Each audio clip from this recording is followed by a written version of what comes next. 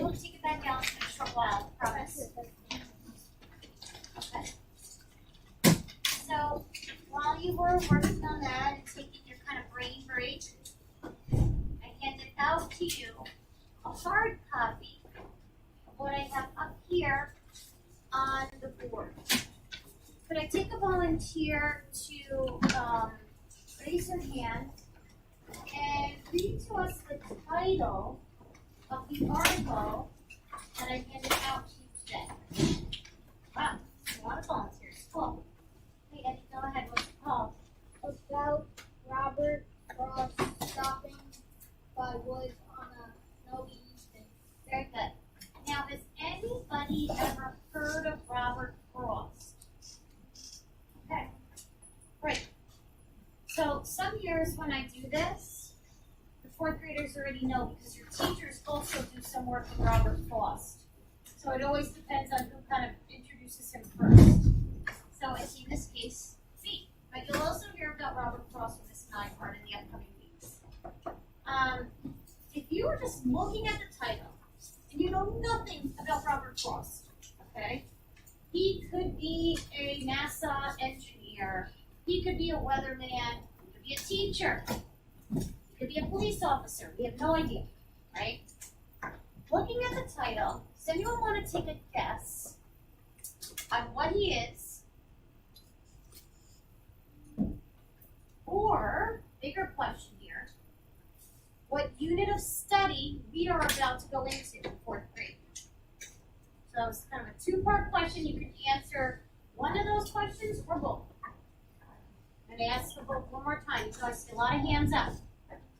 First question is, anyone want to take a guess on what Robert Frost did for a living? I gave you a few options. Okay. And or, what big unit of study are we about to start as fourth graders? All right, Joseph, you first. What question do you want to answer? Robert Frost was a poet, and because I read the first sentence. Okay, very good. So Joseph did get it correct. He went ahead in the article, and that's fine.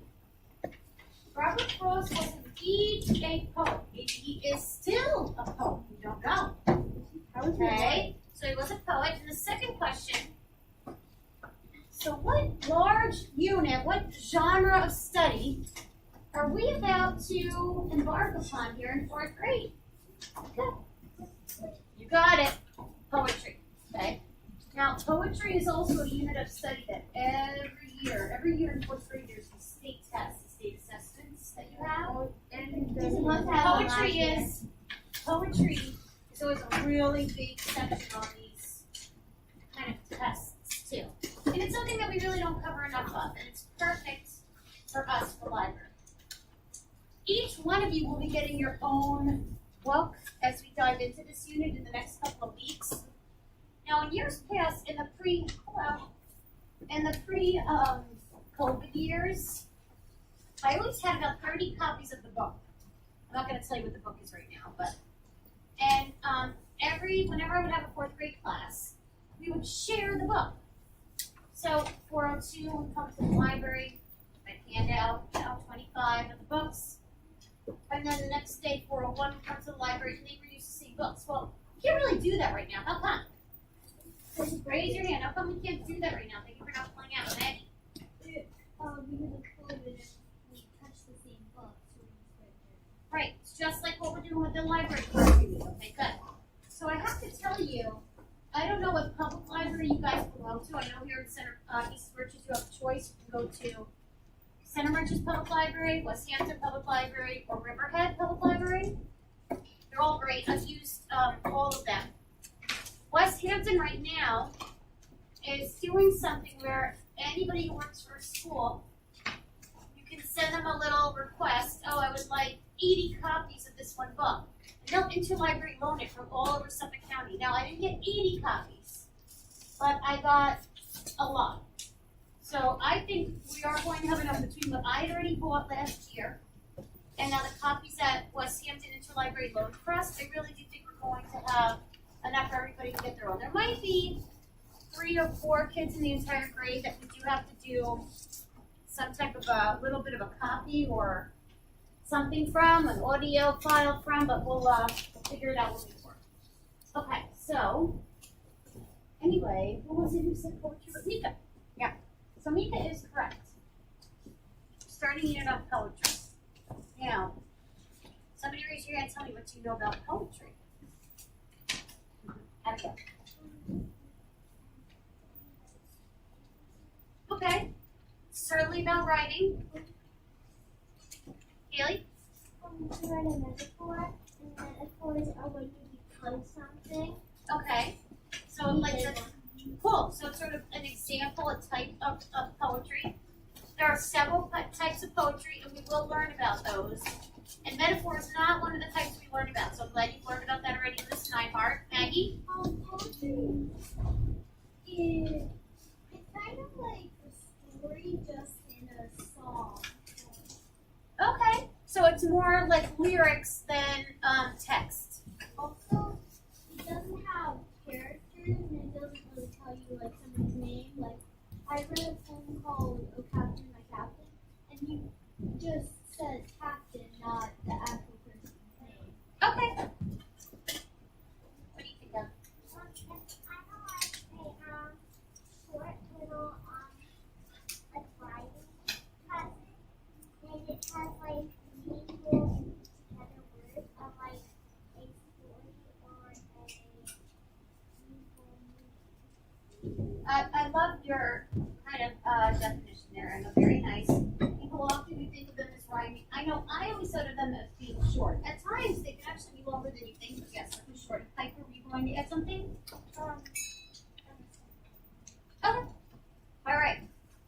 So today we're going to attempt to do the audio feature of Newsela. We usually just do it by print.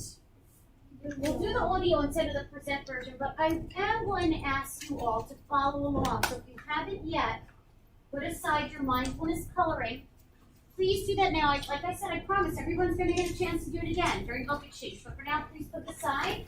Take out the article that Eddie read to us. It's called About Robert Frost Stopping by Woods on a Snowy Evening. I'm going to ask you to follow along with your eyes. Hopefully, fingers crossed, you hear it played. Raise your hand if you need another second to get it out in front of you. Great.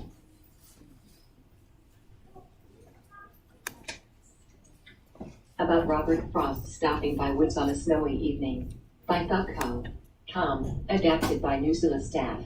Published December 18, 2017. Robert Frost was one of America's most loved poets. His poetry often recorded rural life in America. One of Frost's most famous poems is Stopping by Woods on a Snowy Evening. Frost described it as a short poem with a long name because it only has 16 lines. Frost wrote Stopping by Woods on a Snowy Evening in 1922. Deeper meaning in Stopping by Woods. The narrator of the poem is riding in a horse-drawn carriage. He stops by the forest on his way back to his village. The narrator has stopped to look at the beauty of the snowy forest. Quick pausing point there. How do you feel about the speed or the voice of the read aloud? Anyone have an opinion on that? Sarah? What is your opinion on the speed? It is going very fast. I agree. I could not see the feature of slowing it down. Now, as you know, because we just spent 3 weeks on ebooks, when you check out an ebook at home, you can change the speed if you want it to be read to you. You can mess with that. You can change the speed. You can change the voice. Newsela, you can't really change the speed, and we can't change the voice either. Anyone notice something about the voice? It has like a weird accent. It's like a motorized, computerized voice, right? Yeah, Tiger? It sounds like Siri. Yeah, it does a little bit. Now, I was over here in the room, so I was able to see Kimberly and Eddie. I was really able to follow along. Raise your hand if you're having a hard time following along. All right, hands down. So what I suggest right now, while we're at this pausing point, look at the text. Okay. There's a topic area, deeper meaning in Stopping by Woods. Find that topic.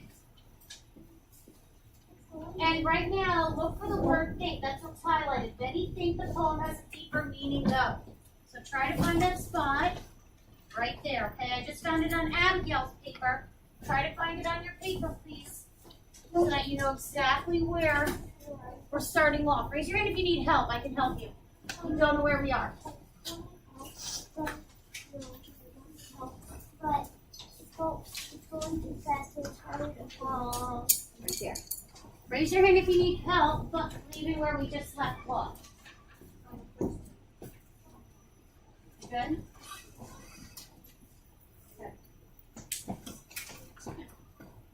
Oh, sorry, Piper. You're right there. Or if it's an emergency, go ahead. That's what okay, let's keep going.